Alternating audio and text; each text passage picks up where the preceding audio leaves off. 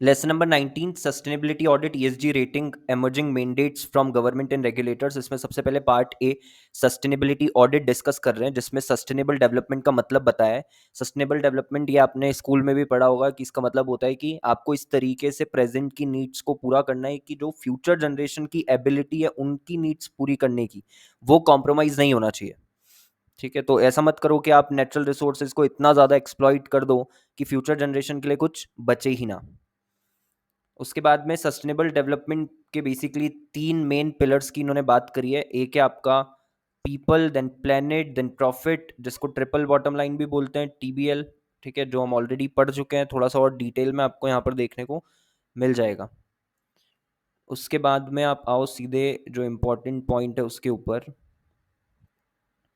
Sustainability reporting. ठीक है, sustainability reporting के अंदर जो कॉन्सेप्ट है सस्टेनेबल डेवलपमेंट का, उसके कारण क्या हुआ, सस्टेनेबिलिटी रिपोर्टिंग का जो कॉन्सेप्ट है वो पिक्चर में आया है as a response to environmental degradation and social and ethical issues in business. तो बेसिकली हमको ये जानना है कि बिजनेस क्या कर रहा है सस्टेनेबल डेवलपमेंट को लेकर के। वो कैसे पता चलेगा, सस्टेनेबिलिटी रिपोर्टिंग की मदद से, बिकॉज उसमें इंफॉर्मेशन वगैरह प्रोवाइड करी जाएगी। लेट 1980s में फर्स्ट वॉलेंट्री एनवायरमेंटल रिपोर्ट्स जो है वो पब्लिश करती थी कंपनीज। कंपनीज जिनके एनवायरमेंटली सेंसिटिव ऑपरेशंस हैं, जैसे लार्ज पॉल्यूटर्स, उन्होंने पब्लिश करना स्टार्ट करा था सस्टेनेबिलिटी रिपोर्ट, ये हाईलाइट करने के लिए कि उनका कमिटमेंट किस तरीके का है towards the sustainable Development and वो क्या कर रहे हैं उसके लिए। जिनका सोशली सेंसिटिव ऑपरेशन है उन्होंने भी इनिशिएट करा सीएसआर रिपोर्टिंग। एंड कॉन्सेप्ट जो है फिर वो over a period of time evolve हुआ है, जिसमें number of organisation, governments, experts जो है वो इन्वॉल्व हो गए हैं। ठीक है, सस्टेनेबिलिटी ऑडिट की बात करें तो रिपोर्टिंग ऑन सस्टेनेबिलिटी जो है, इससे क्या निकल के आया, सस्टेनेबिलिटी ऑडिट। बिकॉज हमको ये भी चेक करना है कि जो आप रिपोर्ट कर रहे हो, जो इन्फॉर्मेशन आप प्रोवाइड कर रहे हो, वो आप सही तो प्रोवाइड कर रहे हो ना। वो कैसे पता चलेगा, जब एक इंडिपेंडेंट ऑडिट कंडक्ट करा जाएगा। ठीक है, उसके अंदर बेसिकली जो सस्टेनेबिलिटी ऑडिट का एक और रीज़न है वो ये है कि अवेयरनेस बहुत ज़्यादा बढ़ रही है एनवायरमेंटल एंड सोशल इम्पैक्ट को लेकर के अमंग द पब्लिक। तो वो जानना चाहते हैं कि जो भी इंफॉर्मेशन प्रोवाइड करी जा रही है वो किस हद तक सही है। एंड जैसे फाइनेंशियल मिसहैप हुआ था अर्ली 2000 में या 2007-9 में ग्लोबल फाइनेंशियल क्राइसिस हुआ था। ठीक है, इनके कारण जो बिजनेस सस्टेनेबिलिटी है, कॉर्पोरेट गवर्नेंस है, एथिक्स है, अकाउंटेबिलिटी है, इनकी तरफ इंटरेस्ट काफ़ी ज़्यादा बढ़ गया है। In response to this business और प्रोफेशनल बॉडीज ने क्या डेवलप करे, बिजनेस सस्टेनेबिलिटी फ्रेमवर्क। और इस फ्रेमवर्क में 5 की डायमेंशंस हैं, economic, governance, social, ethical and environmental.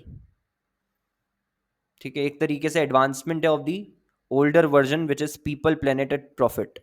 तो पीपल, प्लेनेट एंड प्रॉफिट तो है ही इसके अंदर, इसमें economic, governance, social, ethical and environmental भी आ जाएगा।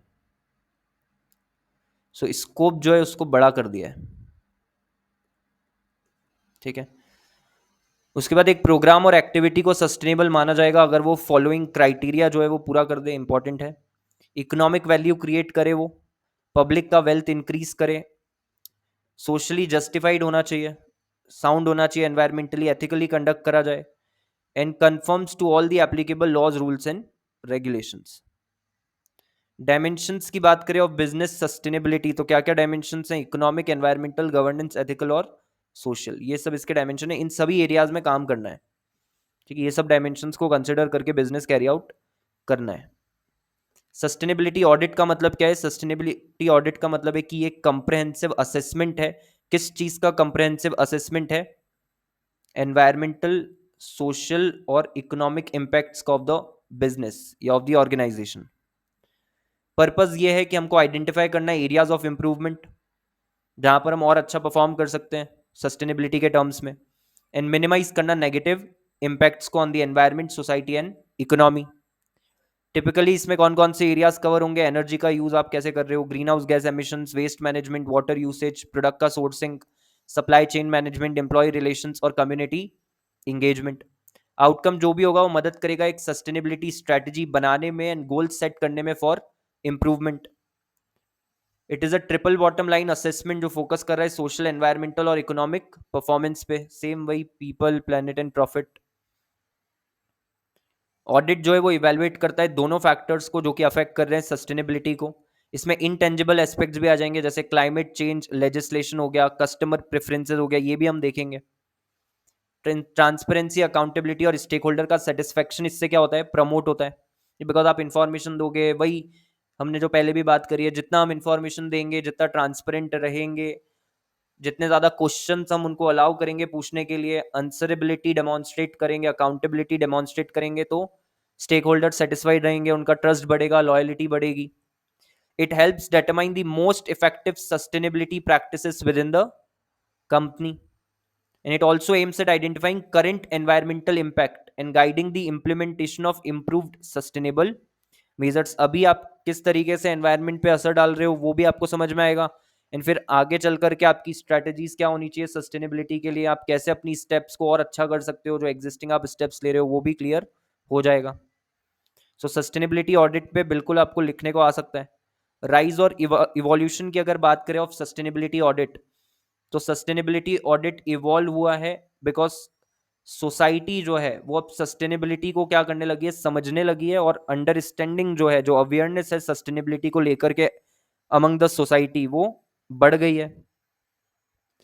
जो इनिशियली फोकस होता था सिर्फ एनवायरमेंटल इश्यूज पे, जैसे energy use, waste management, water usage, वो भी कहीं ना कहीं अब क्या हो गया है, जो मैंने पहले भी बताया कि वाइड हो गया है।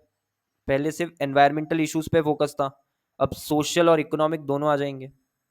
Now include social and economic factors also, जैसे human rights, labour practices, community engagement और economic performance. Transparency and reporting की बात करें तो rise of corporate sustainability reporting and stakeholder transparency demands have driven the use and importance of sustainability audit. किस कारण से, because corporate sustainability reporting काफी ज्यादा बड़ी है, एंड स्टेक होल्डर डिमांड करते हैं कि ट्रांसपेरेंसी होनी चाहिए, आप जो भी कुछ हो रहा है वो हमको सीधा सीधा क्लियरली बताओ। और फिर अब चेक करना जरूरी है कि जो भी ऑर्गेनाइजेशंस बता रही है वो सही बता रही है या नहीं बता रही है। Used to measure, report and demonstrate commitment to sustainability। Data analytics हो गया, मशीन लर्निंग हो गया, ये भी मदद करते हैं मॉनिटर और इम्प्रूव करने में सस्टेनेबिलिटी परफॉर्मेंस को। की इन्फ्लुएंसर्स कौन कौन है इसके अंदर, तो एक तो United Nations Environment Programme, World Business Council for Sustainable Development and Global Reporting Initiative. Importance क्या है ईएसजी का, फोकस करा जा रहा है ईएसजी पे by both public and private sectors, and companies जो है उनको इवेलुएट करना इकोनॉमिक, सोसाइटल और environmental performance. Standard setting initiatives की बात करें तो आईएसओ 26000 है सोशल रिस्पॉन्सिबिलिटी के लिए, जीआरआई के रिपोर्टिंग स्टैंडर्ड्स हैं, एसएएसबी की गाइडलाइंस हैं, यूएन सस्टेनेबल डेवलपमेंट गोल्स हैं। क्या क्या एरियाज कवर कर रहे हैं हम, corporate governance, human rights, labour practices, environment, operating practices, customer issues और कम्युनिटी इन्वॉल्वमेंट एंड डेवलपमेंट। हर एक ऑर्गेनाइजेशन को डिफाइन करना है खुद के फोकस एरियाज, उसकी साइज, लोकेशन, बिजनेस एक्टिविटी और स्टेक होल्डर एक्सपेक्टेशन के अकॉर्डिंग कि हम किन एरियाज पे फोकस करेंगे। जैसे एक एग्जांपल में हमने डिस्कस भी करा था कि हम एनवायरमेंटल एरिया पर और इंक्लूसिव डेवलपमेंट पे फोकस करेंगे, ठीक है। उसके बाद सस्टेनेबिलिटी एफर्ट्स जो है वो स्ट्रेटेजिक गोल्स से ऑपरेशनल प्रैक्टिसेस सबके अंदर क्या होने चाहिए, एम्बेडेड होने चाहिए। देन ऑर्गेनाइजेशन को इवेलुएट करना है ईएसजी का इम्पैक्ट, रिस्क और अपॉर्चुनिटी, एंड ईएसजी इश्यूज जो हैं they pose environmental compliance, financial and reputation risk, तो कैसे आप डील करोगे इससे वो भी आपको यहाँ पर डिसाइड करना है, फ्रेम करना है। देन बैंक्स एंड इंश्योरर्स जो है उनको भी रेगुलेटरी फोकस जो है, ठीक है, वो डालना है किस पे, क्लाइमेट रिस्क के ऊपर, ईएसजी डिस्क्लोजर्स पे और स्ट्रेस टेस्टिंग के ऊपर। इन केस अगर ऐसा हो जाता है तो फिर हम कैसे डील करेंगे उससे। And asset end fund managers जो हैं उनको सस्टेनेबल इन्वेस्टमेंट प्रैक्टिसेस जो है वो क्या करने हैं, फॉलो करने हैं, एंड वही एंटायर ईएसजी जो एस्पेक्ट है बेसिकली उसकी तरफ कंट्रीब्यूट करना है। तो सस्टेनेबल इन्वेस्टमेंट का मतलब क्या हुआ कि असेट और फंड मैनेजर्स को पैसा कहाँ से मिल रहा है, जो एएमसीज हैं, asset management companies, mutual fund companies क्या होती हैं, एएमसी होती है, असेट मैनेजमेंट कंपनी होती है। तो जो असेट मैनेजमेंट कंपनीज उनके पास पैसा कहाँ से आ रहा है, जो इंडिविजुअल्स हैं वही तो डाल रहे हैं ना, वही इन्वेस्ट कर रहे हैं, और फिर उसी पैसे को वो लोग क्या कर रहे हैं, चैनलाइज कर रहे हैं, अलग अलग एरियाज में इन्वेस्ट कर रहे हैं। तो उनको मेक श्योर करना है कि वो जहां पर भी पैसा लगाएं, वो मेक श्योर करे कि वहां पर ऐसा नहीं हो रहा कि सस्टेनेबिलिटी पे फोकस नहीं करा जा रहा है। अगर वो किसी कंपनी को दे रहे हैं, किसी सेक्टर में लगा रहे हैं, तो वहां सस्टेनेबिलिटी के ऊपर ध्यान दिया जा रहा है, ये उनको ध्यान में रखना है। देन फ्रेमवर्क की अगर बात करें ऑफ सस्टेनेबिलिटी ऑडिट, तो सस्टेनेबिलिटी को मेजर करना एक चैलेंजिंग टास्क है, एंड वैसे ही सस्टेनेबिलिटी रिलेटेड इंफॉर्मेशन को वेरीफाई करना भी एक चैलेंजिंग टास्क है। ट्रेडिशनल फाइनेंशियल ऑडिटिंग जो है वो डिजाइन करी गई थी accounting system, processes and controls के लिए, बट वो चीज सफिशिएंट नहीं है जब आपको सस्टेनेबिलिटी का डेटा क्या करना है, देखना है, एनालिसिस करना है। एश्योरेंस ऑन सस्टेनेबिलिटी रिपोर्ट्स में require a team of expert, अलग अलग बैकग्राउंड से। इसमें परफॉर्मेंस ऑडिटिंग और एनवायरमेंटल ऑडिटिंग दोनों ही बहुत ज़्यादा इंपॉर्टेंट हो जाते हैं। परफॉर्मेंस ऑडिटिंग क्यों? बिकॉज हमको तीनों एस्पेक्ट में आपका परफॉर्मेंस ही तो चेक करना है। And auditors should also be aware of auditing guidelines, subject matter expertise and stakeholder engagement process, जिससे कि वो फुली अंडरस्टैंड कर सके स्कोप ऑफ द ऑडिट। ठीक है, स्टेक होल्डर एंगेजमेंट प्रोसेस मतलब कैसे आप टारगेट कम्युनिटी को एंगेज कर रहे हो, बिकॉज वो तो ग्रास रूट लेवल पे हैं, उनको डायरेक्टली फायदा मिलने वाला है प्रोजेक्ट का, तो उनसे जाके आप बात कर सकते हो कि ये प्रोजेक्ट जो है वो स्पिरिट में इम्प्लीमेंट करा गया नहीं करा गया, ठीक है, किस हद तक बेनिफिट पहुंचा है उस रीजन में उस प्रोजेक्ट से। सस्टेनेबिलिटी ऑडिट के अंदर एक स्ट्रक्चर्ड फ्रेमवर्क बेसिकली इन्होंने आपको बताया, तो इसका मतलब है कि क्या क्या स्टेप्स बेसिकली इन्वॉल्व होती है सस्टेनेबिलिटी ऑडिट में।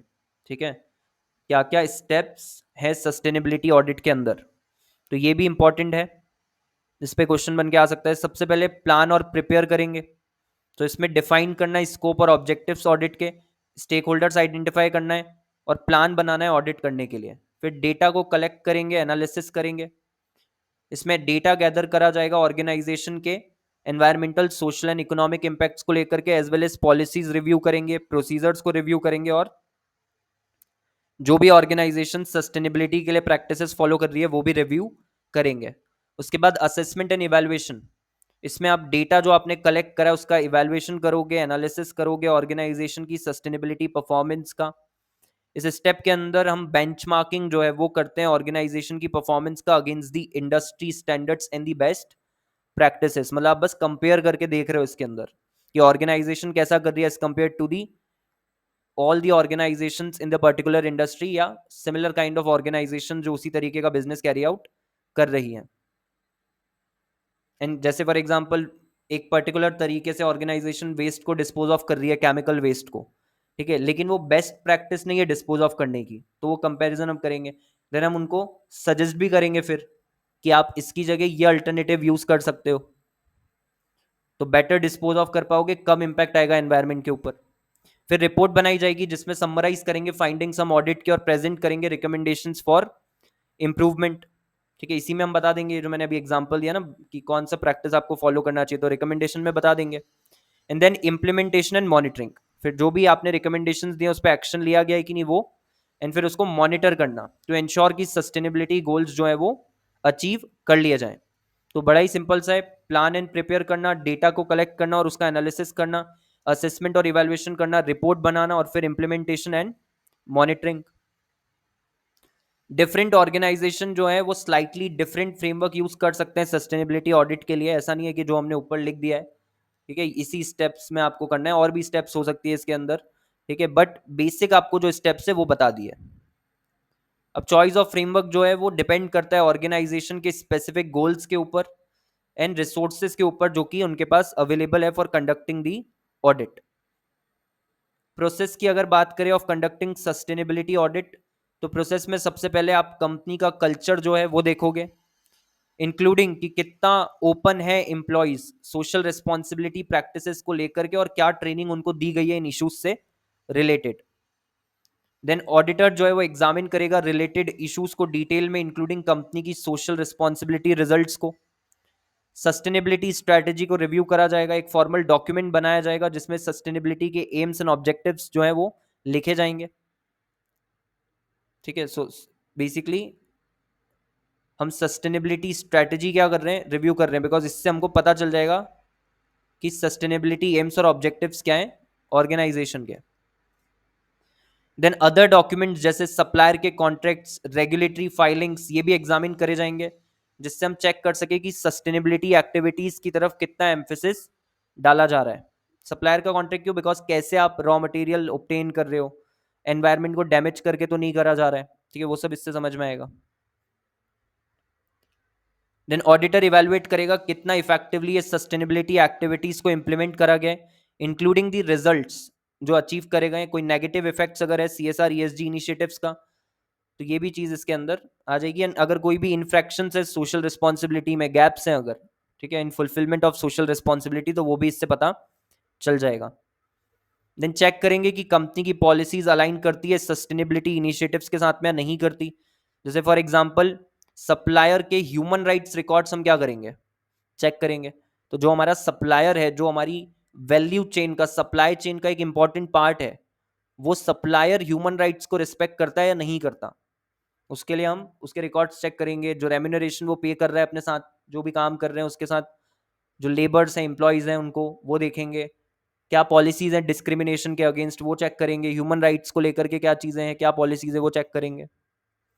देन रिपोर्ट सबमिट करी जाएगी मैनेजमेंट टीम को एंड बोर्ड ऑफ डायरेक्टर्स को, including recommendations for improving the sustainable business practices.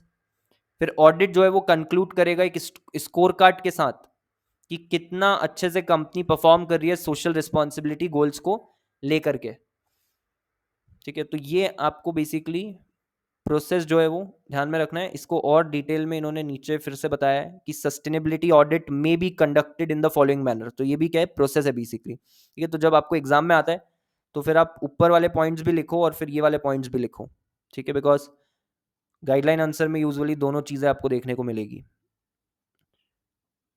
और यहाँ पर भी आप देखो कि अगर स्ट्रक्चर्ड फ्रेमवर्क से रिलेटेड क्वेश्चन आता है कि सस्टेनेबिलिटी ऑडिट के लिए स्ट्रक्चर्ड फ्रेमवर्क क्या फॉलो करा जा सकता है, तो फिर ये वाले पॉइंट्स लिखना आप, ठीक है, क्योंकि कहीं ना कहीं थोड़ा सा ओवरलैपिंग है पॉइंट्स, ठीक है। सारे पॉइंट्स बात प्रोसेस की कर रहे हैं जो हमने पढ़े। सस्टेनेबिलिटी ऑडिट को कंडक्ट करा जा सकता है फॉलोइंग मैनर में। सबसे पहले स्कोप एंड ऑब्जेक्टिव डिफाइन करा जाएगा, ठीक है। इसमें हम डिटरमाइन कर लेंगे कि what aspects of the organisations operations will be included in the audit, and क्या सस्टेनेबिलिटी गोल्स जो है हम अचीव करना चाहते हैं इससे। डेटा गैदर करा जाएगा, इसमें कलेक्ट करा जाएगा data on the organisation's environmental social and economic impacts, as well as reviewing the policies procedures practices related to sustainability. इसमें हम इंक्लूड करेंगे क्या चीज़, जो डेटा बेसिकली हम एनालाइज करेंगे फ्रॉम एग्जिस्टिंग सस्टेनेबिलिटी रिपोर्ट्स, वो conducting surveys of employees and stakeholders and review करना internal documents and data. So existing sustainability reports को देखना, सर्वे वगैरह कंडक्ट करना और इंटरनल डॉक्यूमेंट्स को रिव्यू करना, जिससे कि हमको डेटा मिल सकेगा, ठीक है। इसमें सर्वे ऑफ एम्प्लॉयज बोल दो आप, या conducting interviews with the employees भी आ जाएगा। देन असेसमेंट कंडक्ट करा जाएगा और इवेल्युएशंस करे जाएंगे। So evaluating the data collected and analysis करना परफॉर्मेंस का।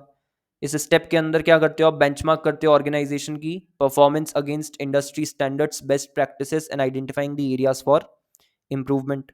रिपोर्ट प्रिपेयर करी जाएगी, ठीक है, समराइज करेंगे findings of the audit, present करेंगे recommendations for improvement. Report clear, concise और एक्शनेबल होनी चाहिए, एंड इसको डिजाइन करा जाना चाहिए जिससे कि स्टेक होल्डर्स को भी हम इसमें शामिल कर सकें। देन इम्प्लीमेंट एंड मॉनिटर करना एक्शंस को, ठीक है, इसमें एक्शंस लेना रिकमेंडेशंस के ऊपर जो रिपोर्ट में दिए गए, मॉनिटर करना प्रोग्रेस टू एंश्योर की सस्टेनेबिलिटी गोल्स मेट करे जाएं। देन दिस में also involve developing and implementing new sustainability policies and procedure, investing in new technologies या process and engaging with the stakeholders, जिससे कि सस्टेनेबिलिटी इंप्रूवमेंट्स हम कर सके। तो टोटली डिपेंड्स रिकमेंडेशंस क्या दिए उन्होंने, बट रिकमेंडेशन में वो बोल सकते हैं कि आप नई सस्टेनेबिलिटी पॉलिसीज एंड प्रोसीजर बनाओ, टेक्नोलॉजी या प्रोसेसेस जो है वो नए जो होते हैं उसमें इन्वेस्ट करो, ठीक है, और पार्टिसिपेशन पर फोकस करो स्टेक होल्डर्स के।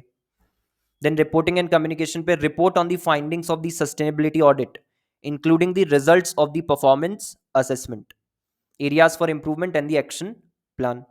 कम्युनिकेट करेंगे रिजल्ट्स स्टेक होल्डर्स के साथ, including employees, customers, share holders and wider community.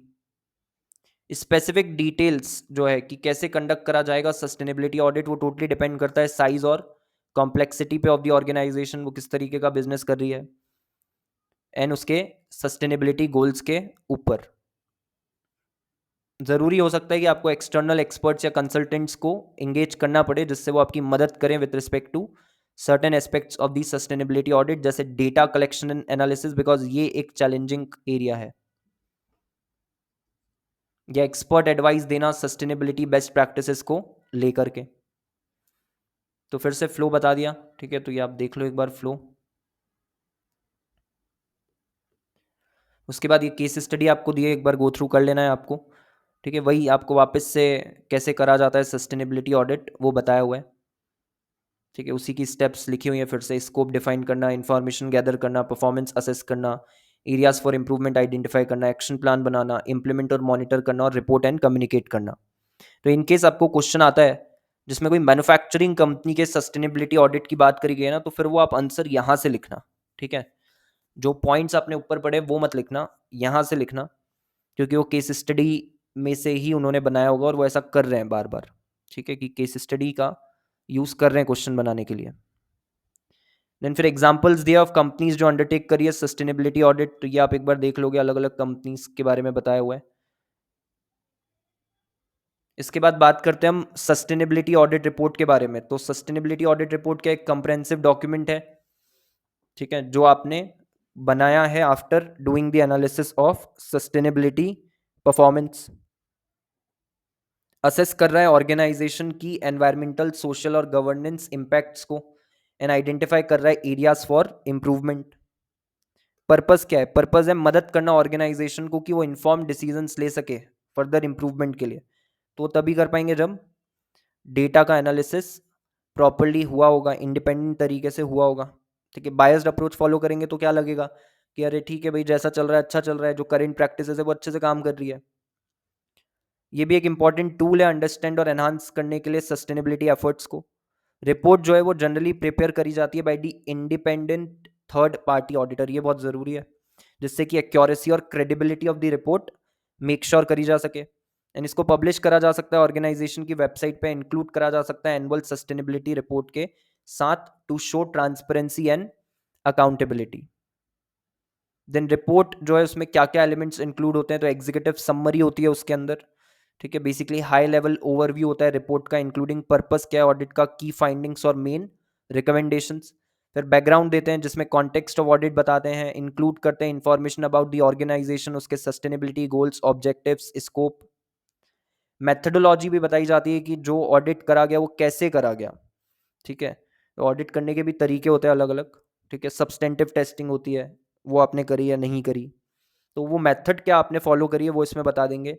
Data sources जो थे आपके, कहाँ से आपको डेटा मिला, कहाँ से डेटा ऑब्टेन करा आपने, वो बताना है। किन स्टेक होल्डर्स के साथ आपने बातचीत करी, क्या टूल्स एंड टेक्निक्स आपने यूज करे गैदर करने के लिए और डेटा का एनालिसिस करने के लिए, वो भी इसमें बताया जाएगा। की फाइंडिंग्स जो हैं वो भी इसके अंदर बताना है, मेन फाइंडिंग्स ऑडिट की, including a detailed analysis of organisation's sustainability performance on key ESG issues, जैसे एनर्जी यूज हो गया, then greenhouse gas emission हुआ, waste management, water use, employee relation, community engagement, compliance with the relevant laws and regulations. Recommendations क्या दिए वो भी बताना है कि कैसे ऑर्गेनाइजेशन इंप्रूव कर सकती है परफॉर्मेंस को। रिकमेंडेशंस के अंदर आप इंक्लूड कर सकते हो स्पेसिफिक एक्शन जो कि ऑर्गेनाइजेशन ले सकती है, जैसे कि रिड्यूस करना एनर्जी यूज को, इंप्रूव करना वेस्ट मैनेजमेंट प्रैक्टिसेस को, एनहांस करना एम्प्लॉय इंगेजमेंट प्रोग्राम्स को। इम्प्लीमेंटेशन प्लान, इस सेक्शन के अंदर हम आउटलाइन करेंगे plan for implementing the recommendation की, जो रिकमेंडेशंस दिए गए उनको कैसे इंप्लीमेंट करा जाएगा, including the specific goals, timeline and responsibilities. And conclusion में समरी प्रोवाइड करेंगे मेन फाइंडिंग्स एंड रिकमेंडेशंस की फिर से, एंड रिटरेट करेंगे कि ऑर्गेनाइजेशन जो है वो कमिटेड है टू सस्टेनेबिलिटी। उसके बाद ये केस स्टडी आपको दी हुई है ओलंपिक गेम्स की, ठीक है, कि क्या ओलंपिक गेम्स सस्टेनेबल है, तो ये आपको एक बार रीड कर लेना है, ठीक है। आसानी से आपको समझ में आ जाएगा। इस पर हो सकता है कि क्वेश्चन वो पूछ लें, ठीक है, एज अ रेफरेंस आपको मेंशन करना पड़े, तो ये आपको एक बार रीड कर लेना है। ऑडिट स्टैंडर्ड्स की अगर बात करें ऑन सस्टेनेबिलिटी, तो जीआरआई इनिशिएटिव्स हम ऑलरेडी पढ़ चुके हैं, जीआरआई स्टैंडर्ड्स, आईएसओ 26000 ऑलरेडी पढ़ चुके हैं हम। सस्टेनेबिलिटी असेसमेंट स्टैंडर्ड्स जो हैं, कई सारे सस्टेनेबिलिटी असेसमेंट स्टैंडर्ड्स हैं, ठीक है, जो कि ऑर्गेनाइजेशन यूज कर सकती है सस्टेनेबिलिटी ऑडिट के लिए। ये जो स्टैंडर्ड्स हैं, ये सिस्टमैटिक और कंप्रेहेंसिव अप्रोच प्रोवाइड करते हैं असेसमेंट के लिए, जिसमें एनवायरमेंटल मैनेजमेंट अकाउंटिंग स्टैंडर्ड्स आ जाएगा। देन उसके बाद AA 1000 अकाउंटेबिलिटी प्रिंसिपल्स स्टैंडर्ड आ जाएगा। देन सस्टेनेबिलिटी असेसमेंट फ्रेमवर्क आ जाएगा। तो कई सारे तरीके हैं। नेशनल रीजनल स्टैंडर्ड्स जो हैं, ठीक है, वो भी यूज करे जा सकते हैं। जैसे फॉर एग्जांपल यूरोपियन यूनियन ने डेवलप करा है EU eco management and audit scheme, जो फ्रेमवर्क प्रोवाइड करता है for organisation to measure and report on their sustainability performance, की बेसिकली सस्टेनेबिलिटी के लिए केपीआईज क्या क्या होंगे, आप अपनी परफॉर्मेंस को मेजर कैसे करोगे।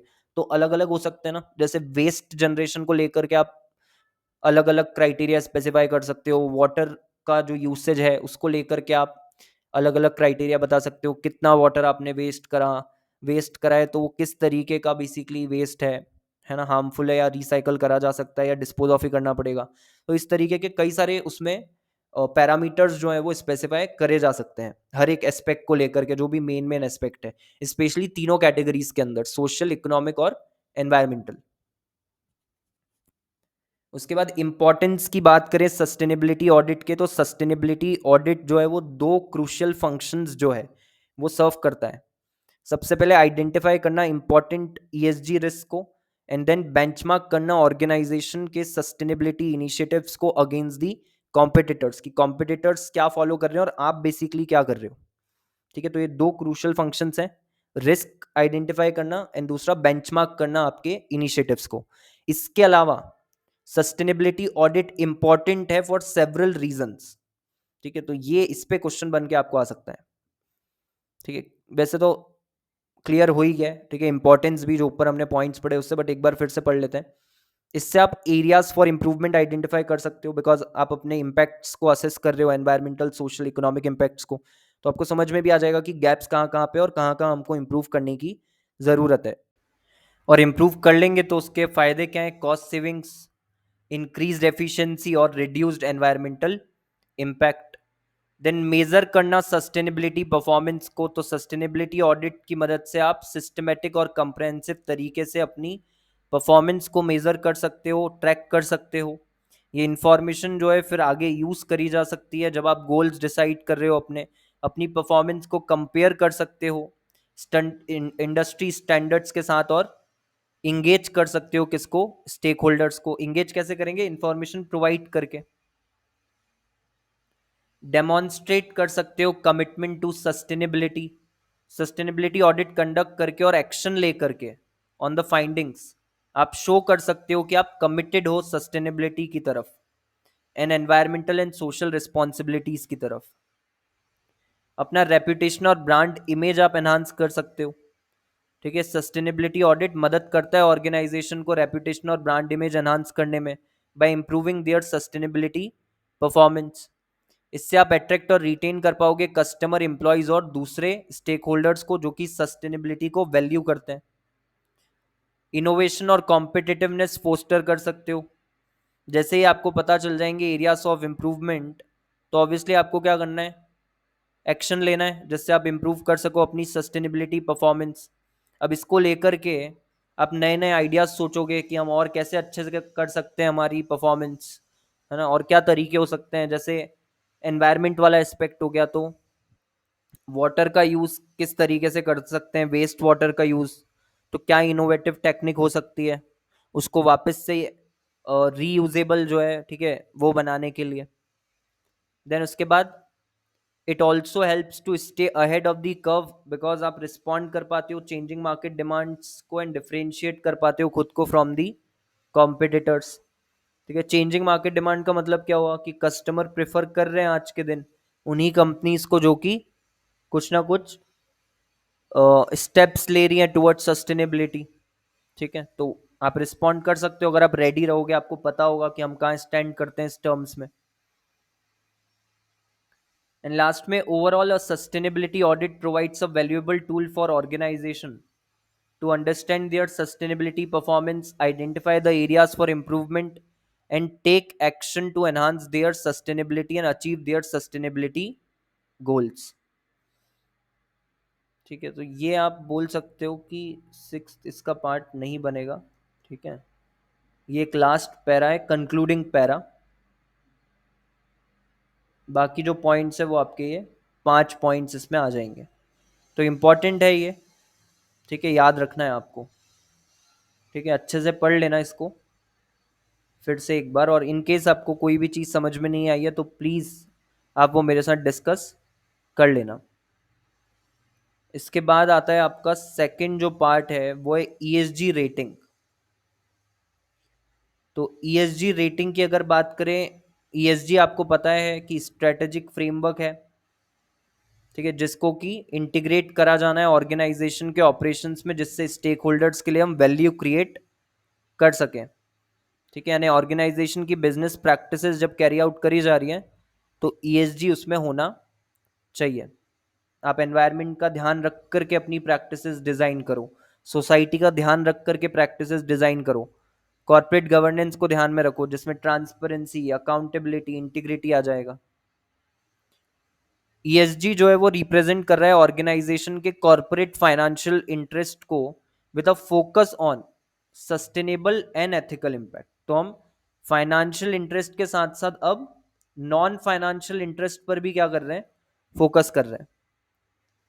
कैपिटल मार्केट्स यूज करते हैं ईएसजी एक ऑर्गेनाइजेशन को इवेलुएट करने के लिए एंड प्रिडिक्ट करने के लिए फ्यूचर फाइनेंशियल परफॉर्मेंस. बिकॉज अगर एक ऑर्गेनाइजेशन ईएसजी पर फोकस नहीं कर रही है तो लॉन्ग टर्म में वो अच्छा फाइनेंशियली परफॉर्म नहीं कर पाएगी. Then also ethical, sustainable and corporate governance factors जो हैं वो नॉन फाइनेंशियल परफॉर्मेंस इंडिकेटर्स हैं, वो अकाउंटेबिलिटी फिर भी क्या करते हैं, प्रमोट करते हैं एंड मदद करते हैं कंपनी को कि वो मैनेज कर सके अपने इम्पैक्ट को. जैसे कार्बन फुटप्रिंट का मतलब क्या हुआ, CO2 एमिशंस. ठीक है, ईएसजी कॉर्पोरेट रिपोर्टिंग मदद करता है स्टेक होल्डर को material sustainability related risk and opportunities identify करने में. इन्वेस्टर्स यूज करते हैं ईएसजी डेटा इवेलुएट करने के लिए कि एंटरप्राइज की वैल्यू कितनी है. ठीक है, कैसे करते हैं ये, through models that assume effective identification, assessment and management of sustainability related risk. और इससे कहीं ना कहीं जो long term risk adjusted return है वो भी क्या होता है, इंप्रूव होता है. ये किसके लिए इंप्रूव होता है, long term risk adjusted returns for the enterprise as well as the investors. Organisational stakeholders में customers, suppliers, employees, leadership and environment सब आ जाएंगे. ठीक है, तो बेसिक सा इंट्रो दिया हुआ है कि ईएसजी का मतलब क्या है, क्या क्या चीजों में ईएसजी मदद कर सकता है. फिर क्राइटेरिया क्या है ईएसजी के लिए, तो सबसे पहले आपका एनवायरमेंटल. ठीक है, हर एक जो क्राइटेरिया ऑफ ईएसजी वो एक इंपॉर्टेंट रोल प्ले करता है in the effort to increase focus on sustainable and ethical investment. तो हर एक जो बेसिकली क्राइटेरिया है आप उसको एस्पेक्ट बोल दो. ठीक है, वो अच्छे तरीके से ऑर्गेनाइजेशन को कंसिडर करना है. एनवायरमेंटल फैक्टर्स में आ जाता है कि ऑर्गेनाइजेशन जो है वो किस हद तक प्रोटेक्शन ऑफ नेचुरल रिसोर्सेज पे वर्क कर रही है. इसमें एनवायरमेंट, क्लाइमेट चेंज, एनर्जी का कंजम्पशन, यूज, ओवरऑल इम्पैक्ट, ये सब चीजें आ जाएंगी. एग्जाम्पल्स जो है एनवायरमेंटल फैक्टर्स के, इसमें आता है air and water quality, biodiversity, deforestation, energy performance, carbon footprint जैसे greenhouse gas emission, natural resource का डिप्लीशन और वेस्ट मैनेजमेंट एंड पॉल्यूशन. तो इनको लेकर के आप क्या कर रहे हो बेसिकली. सोशल की अगर बात करें तो ऑर्गेनाइजेशन कैसे ट्रीट करती है लोगों को, कम्युनिटी रिलेशंस कैसे हैं उनके, इंक्लूडिंग ऑर्गेनाइजेशन का connection and impact on the local communities जिसमें वो ऑपरेट कर रहे हैं और जिनको वो सर्व कर रहे हैं. जैसे एग्जांपल के लिए customer satisfaction, data protection and privacy policies क्या हैं, एफर्ट्स जो आपने लिए हैं टू फंड दी प्रोजेक्ट या इंस्टीट्यूशंस जो कि मदद करते हैं. ठीक है, गरीब लोगों की या अंडर सर्व्ड कम्युनिटीज की. Employee diversity, equity and inclusion कैसा है, एम्प्लॉय का एंगेजमेंट एंड रिलेशंस कैसा है, कल्चर कैसा है, basically health and safety, human rights, child labour, slavery को लेकर के आप क्या कर रहे हो, लेबर स्टैंडर्ड्स कैसे हैं। एंड नेक्स्ट गवर्नेंस की अगर बात करें तो गवर्नेंस का मतलब क्या है कि सेल्फ रेगुलेशन कितना स्ट्रांग है ना कंपनी का, with a focus on internal system control and practices, जिससे कंप्लायंस करा जा सके। गवर्नेंस का मेन फोकस किसके ऊपर है, ट्रांसपेरेंसी पर, इंडस्ट्री की बेस्ट प्रैक्टिसेस आप फॉलो कर रहे हो, जैसे कॉर्पोरेट गवर्नेंस की डेफिनेशन में हमने देखा था बेस्ट मैनेजमेंट प्रैक्टिसेस होनी चाहिए, एंड ऑर्गेनाइजेशन का ओवरऑल मैनेजमेंट और ग्रोथ इनिशिएटिव्स किस तरीके के हैं। एग्जाम्पल्स की अगर बात करें गवर्नेंस फैक्टर में, तो कंपनी की लीडरशिप, बोर्ड का composition including diversity and structure. कि डाइवर्सिटी का मतलब हो गया कि मैन एंड वुमन दोनों है या नहीं है, corruption and bribery, donations and political lobbying अगर करी है तो, एग्जीक्यूटिव कंपनसेशन एंड पॉलिसीज कैसी हैं, टैक्स स्ट्रेटजी कैसी है, विसल ब्लोअर प्रोग्राम्स है या नहीं है, विजिल मैकेनिज्म है या नहीं है ना, वो सब इसके अंदर आ जाएगा। देन ईएसजी रेटिंग की अगर बात करें तो ईएसजी रेटिंग का मतलब क्या है, एक स्कोर है बेसिकली, ठीक है, जिससे कि आप इवैल्यूएशन करते हो कंपनी की परफॉर्मेंस का in ESG areas.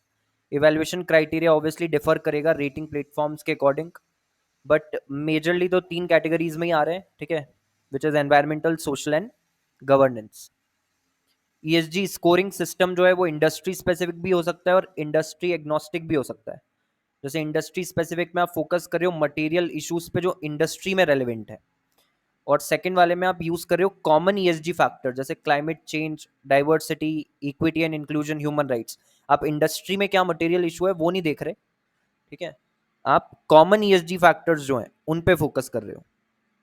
Rating platforms assign करते हैं वेट हर एक क्राइटेरिया को, एंड फिर परफॉर्मेंस इवेलुएट करी जाती है। फाइनल ईएसजी स्कोर बेसिकली इसमें हम रेटिंग्स और जो उनका वेट होता है, ठीक है ना, उनका प्रोडक्ट कर देते हैं और फिर टोटल कर लेते हैं उसको, ठीक है, रेटिंग्स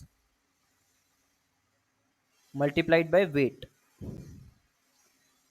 एंड फिर उसके बाद में जो भी प्रोडक्ट आएगा दोनों का उसका टोटल कर लेंगे, तो ओवरऑल हमको स्कोर मिल जाता है, वैल्यू मिल जाती है।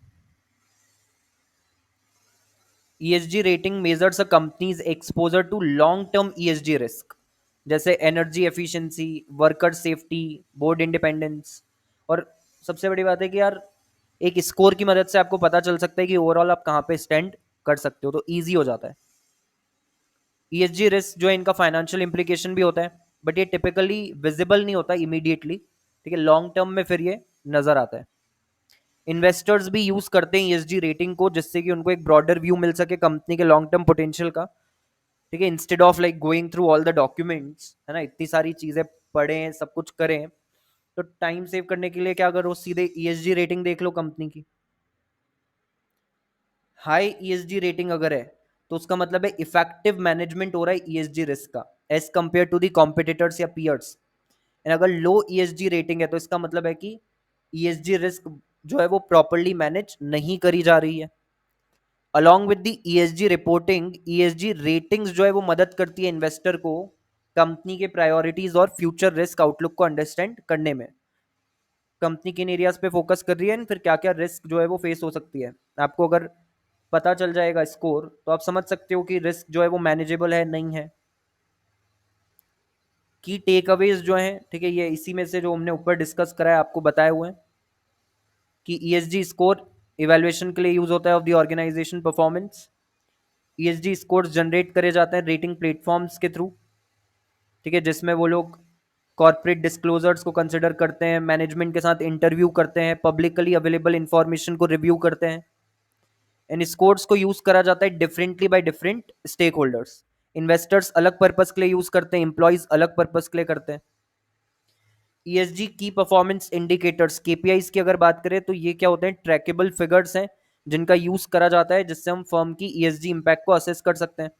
Venture capital, private equity managers, इन सब के लिए ESG KPIs बहुत ज्यादा जरूरी होती है जिससे वो इम्पैक्ट और रिस्क को इवेलुएट कर सकते हैं of the current and potential investment.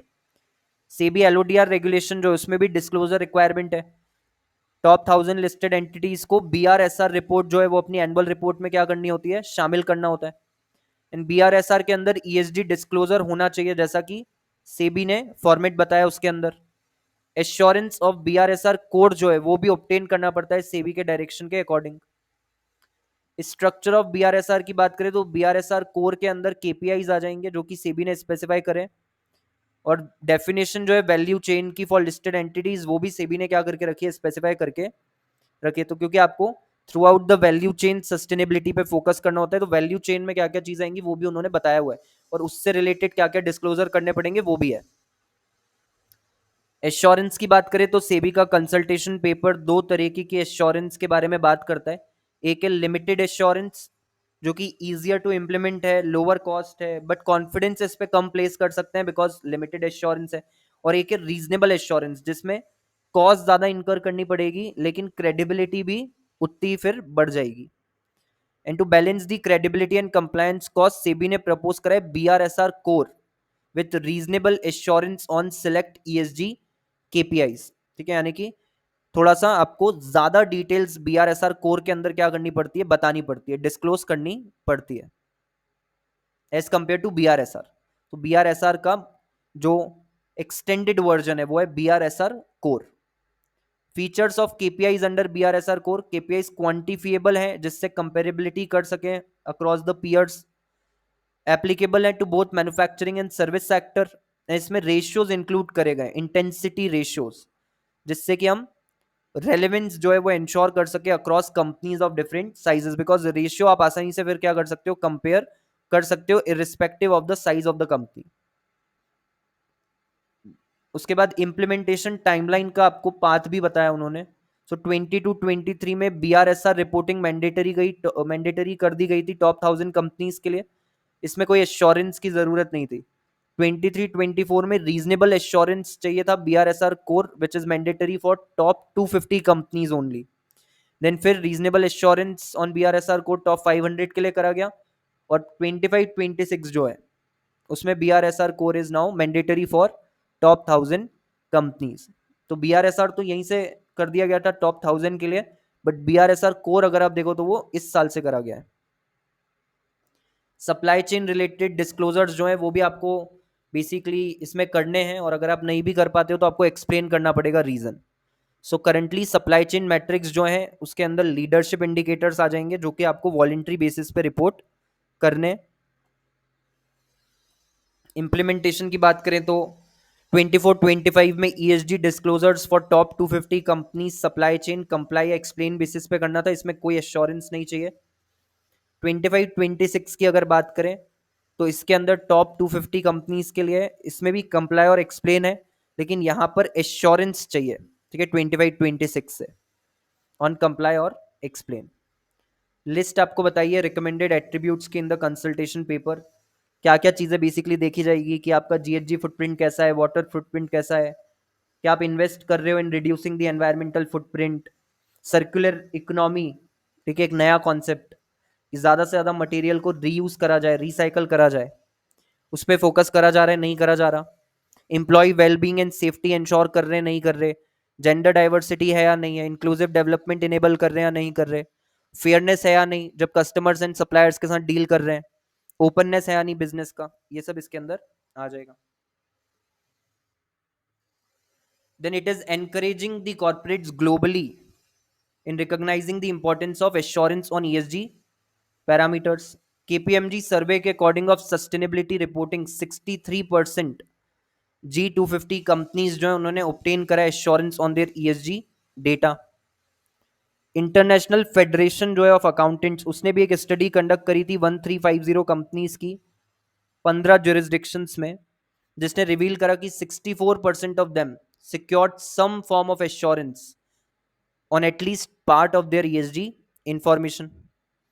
Given this trend, it becomes essential to understand international regulatory framework for independent assurance of ESG and sustainability reports. Assurance का मतलब वही है कि जो डेटा दिया जा रहा है वो सही दिया जा रहा है या नहीं दिया जा रहा, तो उसका एक असेसमेंट।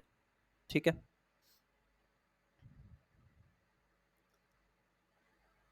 फिर environmental social and governance reporting guide के बारे में बताया आपको, हांगकांग की, ईयू की। ठीक है, तो ये आप एक बार रीड कर लोगे, ये कोई ज़्यादा इंपॉर्टेंट भी नहीं है। ठीक है, बट एक बार आप रीड जरूर कर लेना इसको, जिससे कि इनकेस क्वेश्चन आता है तो आप एग्जाम में लिख सको। ठीक है, यहीं से देख के लिखना पड़ेगी ये वाली चीज़ तो आपको। उसके बाद में list of SGX core ESG matrix, ये भी इंपॉर्टेंट नहीं एग्जाम के पॉइंट ऑफ व्यू से, इसलिए इसको मॉड्यूल से एक बार रीड कर लेना। ठीक है, एक टेबल आपको बेसिकली दी हुई है KPIs ऑफ ESG की, हो सकता है कि पूछ ले, ठीक है, की परफॉर्मेंस इंडिकेटर्स, तो एक बार रीड जरूर कर लेना मॉड्यूल से। ठीक है, सेल्फ एक्सप्लेनेटरी है, समझ में आपको आ जाएगा। इनकेस नहीं आता है तो ऑब्वियसली आप मेरे साथ डिस्कस कर सकते हो। नेक्स्ट आपको ESG rating organisation, ESG rating providers और ESG मेथोडोलॉजी के बारे में बताया हुआ है। सो इसमें ESG रेटिंग एजेंसीज क्या करती हैं, वो असेस करती हैं कंपनी के ESG पॉलिसीज को, जिससे कि वो उसके सस्टेनेबिलिटी को क्या कर सके, इवेलुएट कर सके। स्टेक होल्डर्स भी यूज करते हैं ESG रेटिंग का सस्टेनेबिलिटी ऑफ कंपनीज डिटरमाइन करने के लिए, जिससे वो इन्वेस्टमेंट और बिजनेस डिसीजंस ले सकें। ESG इन्वेस्टिंग जो है वो कहीं ना कहीं मेन स्ट्रीम होता जा रहा है, ESG को कंसिडर करा जाता है, उसके बाद ही इन्वेस्टर्स जो है वो फंड जो है वो प्रोवाइड करते हैं या कैपिटल जो है वो प्रोवाइड करते हैं। इसीलिए जो ग्लोबल डिमांड है for ESG data and indices वो कहीं ना कहीं बढ़ गई है। इन्वेस्टर्स रिलाई करते हैं ESG रेटिंग्स के ऊपर कंपनी की परफॉर्मेंस को इवेलुएट करने के लिए, और ESG रिलेटेड जो भी रिस्क है, ठीक है, उसका कितना लाइक्लीहुड है होने का कंपनी के अंदर, और किस किस तरीके की रिस्क बेसिकली कंपनी फेस कर सकती है इन एस्पेक्ट्स में, वो पता करने के लिए ESG रेटिंग्स मदद करता है कॉम्प्लेक्स ESG डेटा को सिंप्लीफाई करने में, बिकॉज आपको दिमाग लगाना नहीं है, आप सीधे स्कोर देखो और आपको समझ में आ जाएगा कि अगर स्कोर हायर साइड पे है तो चीज़ें सही काम कर रही है, लोअर साइड पे है तो फिर कहीं ना कुछ लैप्सेस हो सकते हैं। एक सिंगल स्कोर या रेटिंग में आप क्या कर रहे हो, पूरे ESG डेटा को आप सम अप कर रहे हो। तो क्या मुझे पूरा ESG डेटा देखने की जरूरत है या एक सिंगल स्कोर और रेटिंग देखने की, एक सिंगल स्कोर और रेटिंग। देन जो ERPs हैं, जो ये प्रोवाइडर्स हैं ESG रेटिंग के, वो ESG डेटा गैदर करते हैं पहले कंपनी के डिस्क्लोजर से, न्यूज से, थर्ड पार्टी रिपोर्ट से, क्वेश्चनायर्स की मदद से, और फिर उसके बाद रेटिंग प्रोवाइड करने का काम करते हैं। और हर एक ERP जो है आपका, ठीक है, जो ESG रेटिंग प्रोवाइडर है, वो एक अलग मेथड यूज करता है डेटा कलेक्ट करने का और डेटा प्रोसेस करने का। सबकी अपनी अपनी बेसिकली क्या है, मेथोडोलॉजी है। तो वही बेसिकली आपको थोड़ा सा बता दिया। जैसे एक ये ऑर्गेनाइजेशन है डन एंड ब्रेड स्ट्रीट, ठीक है, ये क्या करते हैं, ये एक इंटरनेशनल प्रोवाइडर है बिजनेस डेटा एंड एनालिटिक्स के। ये ऑफर करते हैं इनसाइट्स कंपनी के performance trends and ESG factors में। कंपनी लेवल ESG स्कोर्स देते हैं, सेक्टर लेवल एनालिसिस करके देते हैं, और बेंचमार्किंग भी करते हैं ग्लोबल पीयर्स के साथ। ESG फोकस्ड रिसर्च रिपोर्ट्स बना करके देते हैं, जो इंडस्ट्री स्पेसिफिक भी होती है और कंट्री स्पेसिफिक भी होती है। प्रोप्राइटरी टूल्स यूज करते हैं जिससे कंपनीज की ESG परफॉर्मेंस को ट्रैक कर सके और उसका एनालिसिस कर सके। ठीक है, इनका अपना सॉफ्टवेयर है। मदद करते हैं आइडेंटिफाई करने में रिस्क और इम्प्रूवमेंट एरियाज, जिससे रिस्क मैनेजमेंट और अच्छा हो सके। And easy to understand ESG का स्नैपशॉट जो है वो प्रोवाइड करते हैं, including comparisons to the industry average, जिससे कि इन्फॉर्म्ड इन्वेस्टमेंट डिसीजन लिया जा सके। फिर सस्टेनेलिटिक्स करके एक बेसिकली प्रोवाइडर है, ठीक है, ये सब्सिडियरी है मॉर्निंग स्टार की, जो प्रोवाइड करता है ESG rating and data for over 40,000 companies, 30,000 international equities और 172 कंट्रीज इसमें कवर है। Measures obviously ESG performance globally. ESG ratings based होती है क्वांटिटेटिव डेटा और क्वालिटेटिव एनालिसिस के ऊपर। इवेलुएट करते हैं governance, environmental impact, social contribution और फाइनेंशियल परफॉर्मेंस को। और एम बड़ा ही सिंपल सा है यार, कि होलिस्टिक ESG प्रोफाइल जो है कंपनी की वो प्रोवाइड करना। MSCI ESG रेटिंग्स की बात करें तो MSCI ESG रिसर्च वो भी रेटिंग प्रोवाइड कर रही है 14,000 equity and fixed income issuers के लिए। इक्विटी का मतलब क्या हो गया, जो कंपनीज हैं। फिक्स्ड इनकम इशूअर्स का मतलब क्या हुआ, कंपनीज ही हो गई, बिकॉज वो डिबेंचर्स भी इशू करती है, प्रेफरेंस शेयर्स भी करती हैं। Then known as one of the leading ESG rating agencies globally. ठीक है, इसीलिए इसके बारे में आपको और भी चीज़ें डिटेल में बताइए आगे। ठीक है, बिकॉज ये one of the leading ESG rating agencies हैं, एंड ये भी रेट करती है कंपनीज को उनके एक्सपोजर के according to industry specific ESG risk and opportunities, and उनकी एबिलिटी कैसी है उसको मैनेज करने के लिए, वो तैयार हैं, कर पाएंगे मैनेज, नहीं कर पाएंगे, ये सब इसमें आ जाएगा। फिर रेटिंग्स को एग्रीगेट करा जाता है कंपनी, फंड और पोर्टफोलियो लेवल्स पर। ठीक है, रेटिंग को एग्रीगेट करा जाता है कंपनी, फंड और पोर्टफोलियो लेवल्स पे। And MSCI ESG rating model जो है वो कहीं ना कहीं 4 क्वेश्चंस जो है वो आंसर करने की कोशिश करता है कंपनीज के बारे में। सबसे पहला है कि सबसे ज्यादा सिग्निफिकेंट ESG रिस्क और अपॉर्चुनिटीज क्या क्या है जो कंपनी फेस कर रही है एंड किस इंडस्ट्री में। कितना ज्यादा एक्सपोज्ड है company to those risk and opportunities. कितने अच्छे से कंपनी मैनेज कर सकती है की रिस्क और अपॉर्चुनिटीज को। एंड ओवरऑल असेसमेंट क्या है कंपनी को लेकर के in managing the ESG risk and opportunities. And वो कैसे कंपेयर करती है, ठीक है, to its global industry peers. इसका मतलब क्या हुआ कि अगर हम कंपनी का जो तरीका है मैनेज करने का रिस्क को और अपॉर्चुनिटीज को, उसको कंपेयर करें पीयर्स के साथ ग्लोबल लेवल पे, तो कंपनी कहाँ स्टैंड करती है। जो फिर की इशू है वो ये कि स्कोर्स और वेट्स को कंबाइन कर दिया जाएगा। एंड उसके बाद ओवरऑल ESG स्कोर 0 to 10 की रेंज में, और रेटिंग AAA से CCC की रेंज में प्रोवाइड कर दी जाएगी। जो क्राइटेरिया MSCI यूज करती है वो उसमें 3 पिलर्स हैं, एनवायरमेंटल, सोशल, गवर्नेंस। एनवायरमेंटल के अंदर हम ये चीज़ें देखते हैं, सोशल में ये वाली चीज़ें, और गवर्नेंस में ये चीज़ें। वैसे ही ब्लूमबर्ग ESG डिस्क्लोजर स्कोर है, ये भी एक ESG डेटा सिस्टम है जो ESG इंफॉर्मेशन प्रोवाइड करता है 11,800 कंपनी से भी ज़्यादा की इन मोर देन 100 कंट्रीज। इसमें भी वही climate change, human capital, share holder right, ये सब आ जाएगा। ESG डिस्क्लोजर स्कोर्स रैंक करता है कंपनीज को on their level of ESG disclosure and जो की सस्टेनेबिलिटी टॉपिक्स हैं। इसमें भी फॉलोइंग क्राइटेरिया आपको बताया हुआ है, सेम है वही गवर्नेंस वाला, बस अंदर के पैरामीटर्स चेंज है। ठीक है, जैसे यहाँ क्यूमुलेटिव वोटिंग एक आ गया, बट वो यहाँ पर नहीं था, यहाँ पर सिर्फ कॉर्पोरेट गवर्नेंस और कॉर्पोरेट बिहेवियर है। तो जो ऊपर बात हो रही थी ना कि मेथोडोलॉजी सबकी अलग है, ठीक है, वही बात है। उसके बाद थॉमसन रियूटर्स हैं, ठीक है, ये भी 400 से ज़्यादा डिफरेंट ESG मैट्रिक्स का यूज़ करते हैं, ठीक है, और जो डेटा है वो प्रोवाइड करते हैं। फिर उसके बाद ESG मैट्रिक्स को ग्रुप करा जाता है इनटू 10 कैटेगरीज, जिसमें रिसोर्स का use, emission, innovation, workforce, human right, community, product responsibility, management, share holder, CSR strategy, ये सब आ जाता है। इसके भी 3 ही पिलर्स हैं, सेम वही, एनवायरमेंटल, सोशल और गवर्नेंस। अब इसके अंदर जो चीज़ें हैं वो ऑब्वियसली अलग अलग हैं, ठीक है। वैसे ही FTSE रसेल्स ESG रेटिंग है, ये भी ESG बेस्ड असेसमेंट सिस्टम है। कवर करता है 7,200 सिक्योरिटीज को फ्रॉम 47 कंट्रीज। ये बेस्ड है on methodical company level analysis. तो यहाँ कंपनी लेवल एनालिसिस की बात हो रही है, इंडस्ट्री लेवल या कंट्री लेवल की बात नहीं हो रही। एंड इसमें भी 6 कैटेगरीज हैं ESG की। एक हो गया corporate governance, environmental policy, social policy, labour practices, supply chain policy और कंट्री ऑफ ओरिजिन। इसका मतलब इकोनॉमिक डेवलपमेंट बेसिकली, ठीक है। तो बेसिकली यहाँ पर क्या करें कि सोशल पॉलिसी और लेबर प्रैक्टिसेस को अलग कर दिया इन्होंने, ठीक है ना। आप देखोगे कि यूजुअली तो ये लेबर प्रैक्टिसेस उसी का पार्ट होता है, बट यहाँ अलग कर दिया उन्होंने। उसके बाद institutional share holder services ratings भी है, ठीक है, जिसको कि मेजरली कौन ओन करता है, जो डाउश बोर्ड्स ग्रुप है वो ओन करता है, ठीक है। देन उसके बाद में offers ratings and analysis on companies, countries end funds. इसमें भी इश्यूज ये वाले कवर है, climate change, human right, labour standards, corruption, controversial weapons, ये सब इसमें आ जाएगा।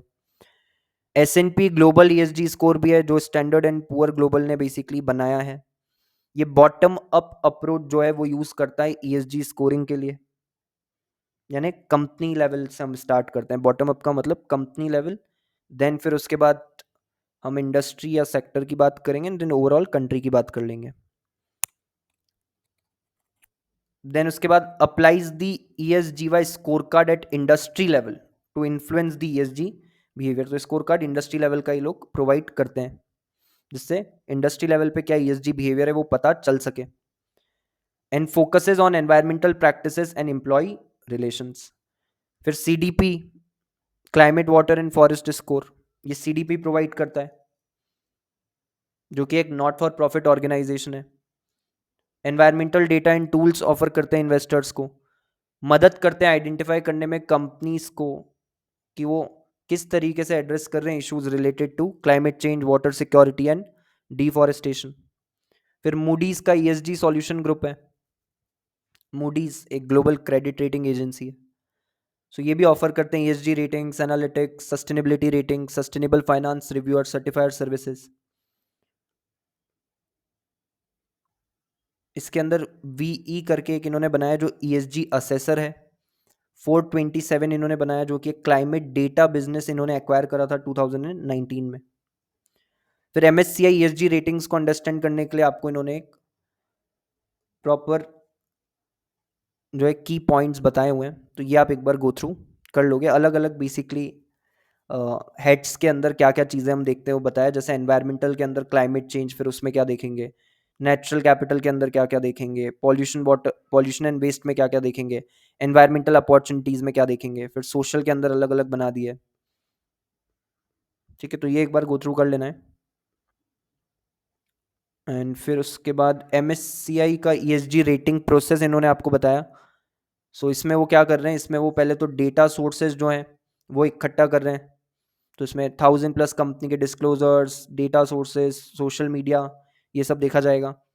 फिर एक्सपोजर एंड मैनेजमेंट मैट्रिक्स जो है वो बेसिकली इसमें हम बनाएंगे। ठीक है, उसका एनालिसिस करने का काम करेंगे, जिससे हम इंडस्ट्री के इश्यूज को समझने की कोशिश करते हैं और ये जानने की कोशिश करते हैं कि कंपनी कैसे मैनेज कर रही है इन इश्यूज को। एंड फिर उसके बाद में की issue scores and weights, 37 issues पर इंडस्ट्री जो है they are weighted based on MSCI framework. इसकी ईएसजी रेटिंग भी आपको बता दी है कि अगर इस कैटेगरी में आप आ रहे हो तो लीडर हो जाएगा, और इस कैटेगरी में अगर हो तो एवरेज हो जाएगा, और अगर इस कैटेगरी में हो तो पीछे हो आप। ठीक है, रिगार्ड का मतलब क्या होता है कि बिहाइंड, रनिंग बिहाइंड। उसके बाद एडवांटेजेस जो ईएसजी रेटिंग के, तो 5 मेन बेनिफिट्स हैं ईएसजी रेटिंग के small to mid sized companies को। कॉम्पिटिटिव एडवांटेज, कॉस्ट रिडक्शन, ज़्यादा से ज़्यादा लेंडर्स और इन्वेस्टर्स को आप अट्रैक्ट कर सकते हो, सप्लाई चेन प्रोस्पेक्ट और attraction and retention of talent, हर एक आपको इसमें एक्सप्लेनेशन जो है वो दिया हुआ है। कॉम्पिटिटिव एडवांटेज की बात करें तो अगर ईएसजी प्रोग्राम है तो उससे आपका ब्रांड रिकॉग्निशन और ब्रांड लॉयलिटी जो है वो बढ़ता है। कंज्यूमर्स और ज़्यादा कॉन्शियस होते जा रहे हैं एथिकल स्पेंडिंग को लेकर के, और वो ऐसी ही कंपनीज को प्रेफर करते हैं जो सस्टेनेबिलिटी को सपोर्ट करती है। Small to mid sized companies जो हैं उनको बेनिफिट मिलता है by attracting more customers and clients through ESG efforts. ठीक है, बिकॉज अगर वो लोग प्रेफर ही वही चीज़ कर रहे हैं और आप वो काम कर रहे हो जो कस्टमर्स प्रेफर कर रहे हैं, तो वो ऑब्वियसली अट्रैक्ट होंगे। एंड ईएसजी डेटा ट्रैकिंग पहले से अब आसान है, बिकॉज सॉफ्टवेयर टूल्स का आप यूज़ कर सकते हो जो कंसोलिडेट कर देंगे आपके लिए जीएचजी एमिशंस के रिलेटेड जो डेटा है, या एनर्जी यूसेज को लेकर के जो डेटा है, वेस्ट को लेकर के जो डेटा है, ये सब आपको जो है टूल्स की मदद से आप डेटा को कोलेट कर सकते हो। तो कॉम्पिटिटिव एडवांटेज मिलता है। कॉस्ट रिडक्शन होता है, बिकॉज आप मॉनिटर कर पाते हो अपना energy consumption, water usage, waste management, raw material use. अब अगर ये सब हम ट्रैक कर रहे हैं तो हम हमारे जो रिसोर्सेज हैं उनको क्या कर पाएंगे, ऑप्टिमली चैनलाइज कर पाएंगे, एलोकेट कर पाएंगे, जिससे कॉस्ट सेविंग्स होंगी। प्लान आप अच्छे से बना पाओगे यूसेज को लेकर के, और उससे कॉस्ट सेविंग्स होंगी। Better cost control, operational efficiency, risk कम होगी, पेनल्टीज कम लगेंगी बिकॉज वायलेशंस कम होंगे एनवायरमेंटल लॉस के। देन लेंडर्स एंड इन्वेस्टर्स भी उन्हीं कंपनीज को प्रायोरिटी देने लग गए हैं जो कि स्ट्रॉन्ग ईएसजी प्रोग्राम्स इंप्लीमेंट करती है। ईएसजी फोकस्ड कंपनीज जो है वो आउट परफॉर्म कर देती है अपने कॉम्पिटिटर्स को लॉन्ग टर्म में। तो इसलिए अगर ईएसजी है तो वो कहीं ना कहीं कंपनी के इन्वेस्टमेंट पोटेंशियल को, रेस करने के पोटेंशियल को, इन्वेस्टमेंट आसान कर देता है। सप्लाई चेन प्रोस्पेक्ट की बात करें तो companies prefer to partner with sustainable suppliers only. पूरे वैल्यू चेन में आप काम ही उन लोगों के साथ कर रहे हो जो कि सस्टेनेबिलिटी की तरफ, ईएसजी की तरफ ध्यान दे रहे हैं। पुअर ईएसजी परफॉर्मेंस से क्या होगा, प्रोडक्ट रिजेक्शंस होंगे by major retailers.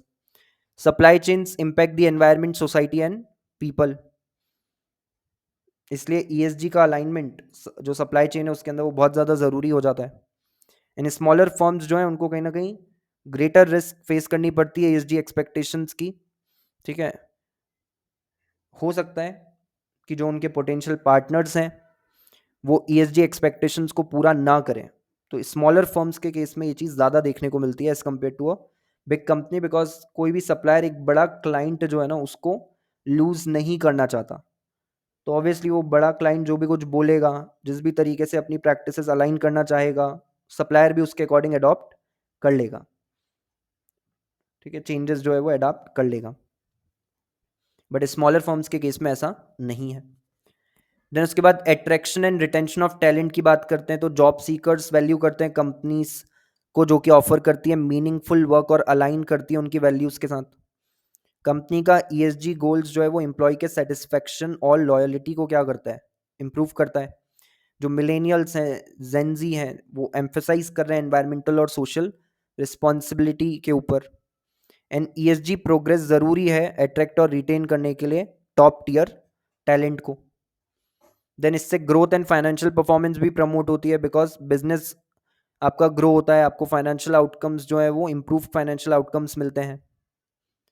ESG software से कॉस्ट कम हो जाती है, एडॉप्शन ईजियर हो जाता है small and mid sized firms के लिए। कम से कम रिसोर्सेज के साथ कंपनीज अब इफेक्टिवली इंप्लीमेंट कर सकते हैं ESG goals and sustainable leaders जो है वो बन सकते हैं। तो ये जो बेसिकली पॉइंट्स आपने पढ़े अभी, है ना, ये इंपॉर्टेंट है। इस पे बिल्कुल आपको जो है क्वेश्चन बन करके आ सकता है। उसके बाद बीएसई के गाइडेंस डॉक्यूमेंट के according on ESG disclosure corporate transparency raise होती है। ठीक है, ईएसजी रिपोर्टिंग से जो आपके एनवायरमेंटल सोशल इंडिकेटर्स है उसको लेकर के डिस्क्लोजर एनहांस होता है, ज़्यादा से ज़्यादा इंफॉर्मेशन मिल पाती है स्टेक होल्डर्स को। एंड फिर उसके बेसिस पे स्टेक होल्डर्स असेस कर पाते हैं कंपनी को प्रॉपरली, एंड कॉर्पोरेट अकाउंटेबिलिटी को भी ये चीज़ सपोर्ट करती है। रिस्क मैनेजमेंट आपका स्ट्रेंथन होता है इससे, आप आइडेंटिफाई कर पाते हो एमर्जिंग रिस्क एंड अपॉर्चुनिटीज़ को, जिससे रिस्पॉन्स स्ट्रेटजीज हो गया, कॉर्पोरेट रेपुटेशन हो गया, शेयर होल्डर वैल्यू हो गया, ये सब क्या होता है, बढ़ता है। उसके बाद स्टेक होल्डर इंगेजमेंट प्रमोट होता है। So identifying and engaging with the stakeholders, ये तो मेन है ईएसजी रिपोर्टिंग का। आप डाइवर्स इंफॉर्मेशन नीड्स जो है ग्रुप्स की, like shareholder, employees, customer, communities, वो एड्रेस कर पाते हो। एंड कम्युनिकेशन इंप्रूव करना with stakeholders, non financial performance आप कम्युनिकेट कर पाते हो स्टेक होल्डर्स के साथ में, बेंचमार्किंग कर पाते हो, ट्रैक कर पाते हो अपनी प्रोग्रेस को, पीयर कंपैरिजंस कर पाते हो। तो ये भी सब क्या हो जाएंगे, इसके बेनिफिट्स हो जाएंगे। ठीक है, तो ये भी आपको लिख करके आने पड़ सकते हैं, अगर वो मेंशन कर दें कि बीएसई गाइडेंस डॉक्यूमेंट के अकॉर्डिंग क्या क्या बेनिफिट्स हैं। ठीक है, उसके बाद emerging mandates from government and regulators की अगर बात करें, तो ईएसजी रिपोर्टिंग, सो ये स्टार्ट हुआ था 2009 में with voluntary guidelines on CSR by MCA. फिर उसके बाद इंट्रोडक्शन हुआ बीआरआर का, सीएसआर का, एनजीआरबीसी का और बीआरएसआर का। कंपनीज एक्ट के अंदर सेक्शन 134 क्लॉज एम जो है वो बोलता है mandatory disclosure on conservation of energy in the boards report. ठीक है, डिटेल्ड कहाँ करा गया, under rule 8(3) of companies accounts rules.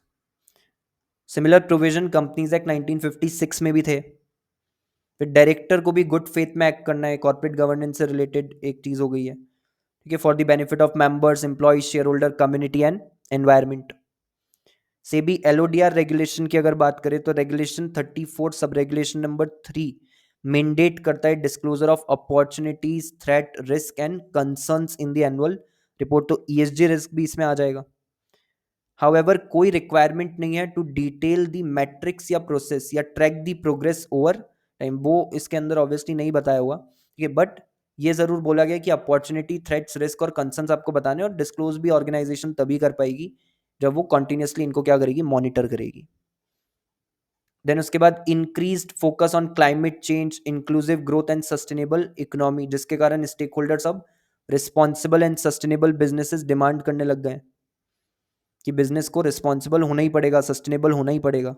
Then ESG reporting भी क्रूशियल हो गई है, जैसे फाइनेंशियल रिपोर्टिंग क्रूशियल थी। 2012 में टॉप 100 लिस्टेड कंपनीज को बीआरआर फाइल करना था, फिर 15 में टॉप 500 को करना था। ठीक है, तो ये एक तरीके से आपको वो इवोल्यूशन बता रहे हैं। देन फिर सेबी ने इशू करा था circular for disclosure on green debt securities. ठीक है, ग्रीन डेट सिक्योरिटीज मतलब आप डिबेंचर्स वगैरह इशू करके, डेट इंस्ट्रूमेंट्स वगैरह इशू करके ग्रीन प्रोजेक्ट्स के लिए क्या कर रहे हो, पैसा रेस कर रहे हो, जिसमें प्रोजेक्ट्स थे renewable energy, clean transport, water management, climate change. और ये भी कहीं ना कहीं क्या कर रहे थे, सप्लीमेंट कर रहे थे SEBI issue and listing of debt securities regulations 2008 को। फिर आईबीए की guidelines I on responsible financing, national voluntary guidelines जो इशू करी गई for ESG risk integration in financial institutions. इसका प्रिंसिपल 2 जो है वो मैंडेट करता है ईएसजी एनालिसिस जब इन्वेस्टमेंट लेंडिंग या रिस्क प्रोसेसेस की बात करी जाए, तो ईएसजी को कंसिडर करना है इन सब प्रैक्टिसेस को कैरी आउट करते वक्त। लेकिन इसमें कोई फ्रेमवर्क नहीं था for transparent green debt issuance, ठीक है, तो वो तो ऑब्वियसली फिर ग्रीन डेट सिक्योरिटीज वाली चीज आई गई थी, गाइडलाइंस आई गई थी। देन इंट्रोडक्शन हुआ बीआरएसआर का, ठीक है, तो सेबी ने अमेंड करा रेगुलेशन 34(2)(f) को, मास्टर सर्कुलर इशू करा with the consolidated compliance provisions. उसके बाद बीआरएसआर फॉर्मेट एंड एप्लीकेबिलिटी की बात करें तो प्रिस्क्राइब करा गया ये इस सेक्शन के अंदर of the master circular. Annexure 16 में बीआरएसआर फॉर्मेट बताया और 17 में guidance note for interpretation. Structure of BRSR disclosure में based on 9 principles of NGRBC. Indicators में 2 इंडिकेटर्स हैं, एक एसेंशियल इंडिकेटर्स जो मैंडेटरी है आपको बताना, और लीडरशिप इंडिकेटर्स जो कि वॉलंटरी है। टॉप 1000 लिस्टेड कंपनीज जो है उनको फाइल करना है बीआरएसआर फ्रॉम FY 22-23। ठीक है, तो पुरानी पुरानी बातें आपको बताई हुई है, एग्जाम के पॉइंट ऑफ व्यू से इतना इंपॉर्टेंट नहीं है ये। ESR regulations around, ESG regulations around the world की अगर बात करें तो ESG is gaining importance among various stakeholders, investors, employees, customer, governments and regulatory agencies। फिर से आप देखोगे वही वही बातें रिपीटेड है।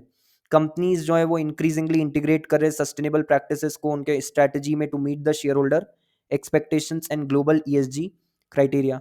इंटरनेशनल स्टैंडर्ड्स जैसे यूएनपीआरआई, ठीक है, United Nation principles of responsible investment, कि अगर पैसा भी दे रहे हो तो ध्यान से दो।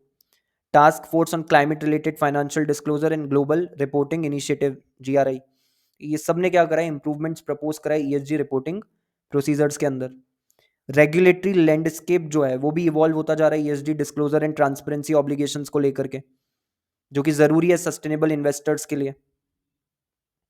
एक स्टडी हुई थी ऑस्ट्रेलिया में जिसने ये शो करा कि रिपोर्टिंग रेगुलेशन सिग्निफिकेंटली इन्फ्लुएंस करते हैं ESG डिस्क्लोजर इंटेंशन को in the metal and mining sector. ठीक है, तो स्पेसिफिक टू सेक्टर है, बट वो ये बोल रहे हैं कि अगर रेगुलेशंस होंगी तो जो ESG रिलेटेड डिस्क्लोजर है वो थोड़ा सा और बढ़ जाएगा।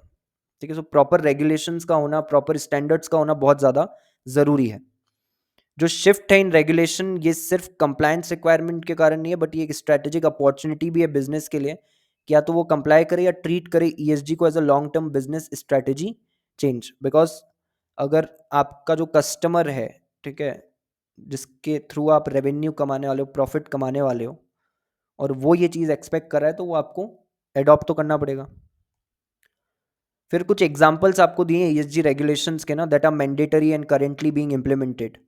ठीक है, वो इतनी इंपॉर्टेंट है नहीं तो उसको यहाँ से रिमूव कर दिया गया है। ठीक है, बिकॉज पूरा फोकस देखो एग्जाम ओरिएंटेड कंटेंट प्रोवाइड करने पे है। ठीक है, तो वो यहाँ से हटा दिए। एक बार फिर भी आप सेफर साइड के लिए उसको मॉड्यूल से रीड कर लेना, but not that important.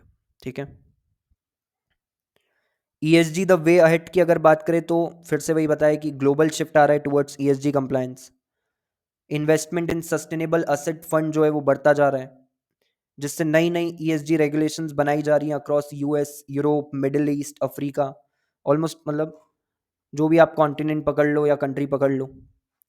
These regulations aim to prevent greenwashing and ensure compliance with true ESG standards। ठीक है, ग्रीन वॉशिंग का मतलब क्या हुआ कि ऐसा नहीं करना है कि हम जो एनवायरनमेंट है उसको कंसिडर नहीं करें अपने काम के अंदर। ठीक है, ग्रीन वॉशिंग की डेफिनेशन आगे भी हम देखेंगे, बट सिंपल डेफिनेशन यही है कि नुकसान पहुंचा करके आपको at the cost of environment grow नहीं करना है।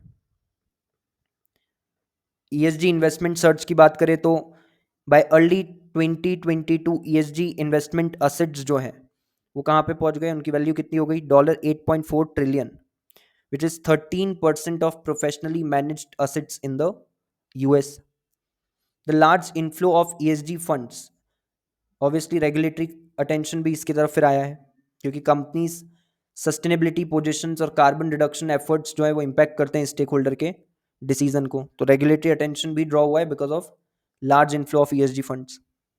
रेगुलेटरी डेवलपमेंट्स क्या क्या हुए, तो US का जो SEC है उसने प्रपोज करा न्यू रिपोर्टिंग रिक्वायरमेंट्स, जिसमें मैंडेट कर दिया है कि आपको डिस्क्लोज करना पड़ेगा scope 1 and scope 2 emissions from 2024, scope 3 emissions, ठीक है, जो कि emissions from supply chain and customers हैं, वो भी मैंडेटरी है लार्ज कंपनीज के लिए। इसका अगर एक एग्जांपल आपको दूं, तो आप अपना फ़ोन चार्ज करते हो, राइट? तो अगर आप अपना, लेट से आप आईफोन चार्ज कर रहे हो अपना, तो ऑब्वियसली आप इलेक्ट्रिसिटी कंज्यूम कर रहे हो, ठीक है। तो ये जो जब आप करते हो ना, तब भी CO2 एमिशंस होते हैं, ठीक है, ग्रीन हाउस गैसेस का एमिशंस तब भी होता है, ठीक है। ये जो एमिशन है, ये कौन सी कैटेगरी में जाएगी?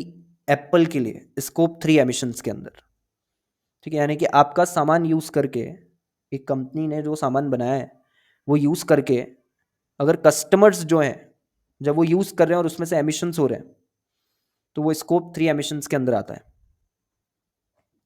उसके बाद Europe's corporate sustainability reporting directive, जो कि पार्ट है यूरोपियन ग्रीन डील का, it also requires reporting under European sustainability reporting standards. ये अफेक्ट करता है over 15,000 large and listed companies को यूरोप में, एंड फॉरेन कंपनीज को विद सब्सिडियरीज या branches in the reason.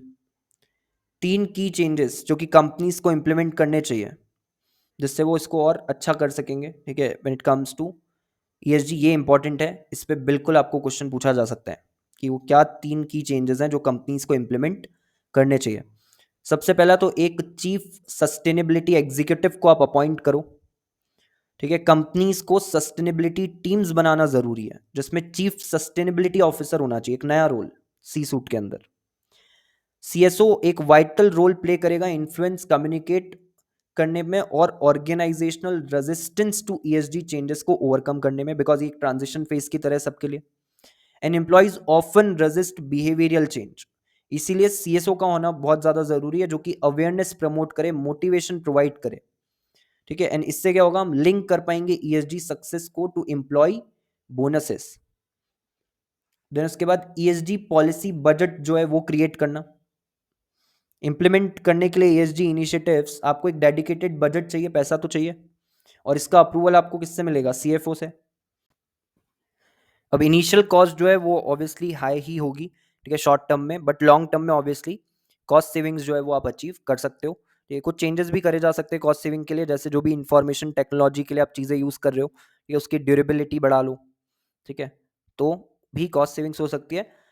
But net net तो conclusion यही है कि लॉन्ग टर्म में कॉस्ट सेविंग्स आपको दिखेंगी, ठीक है, बिकॉज फिर बिजनेस भी ग्रो होगा, आपका एक प्रॉपर प्रोसेसेस बन जाएंगी, ऑप्टिमम प्रोसेसेस क्या होनी चाहिए ESG को लेके वो आपको समझ में आ जाएगा, ठीक है। धीरे धीरे आप अपने बिजनेस प्रैक्टिसेस को ESG के अकॉर्डिंग मॉडिफाई कर लोगे, तो फिर आगे चल करके कॉस्ट सेविंग्स दिखेगी, बट शॉर्ट टर्म में कॉस्ट जो है वो हाई रहेगी इम्प्लीमेंटेशन की। And assess the partners sustainability practices, जिनके साथ आप मिल करके काम कर रहे हो, ठीक है, जिसमें आपके बिजनेस पार्टनर्स जैसे वेंडर्स आ जाएंगे for equipment utilities and service.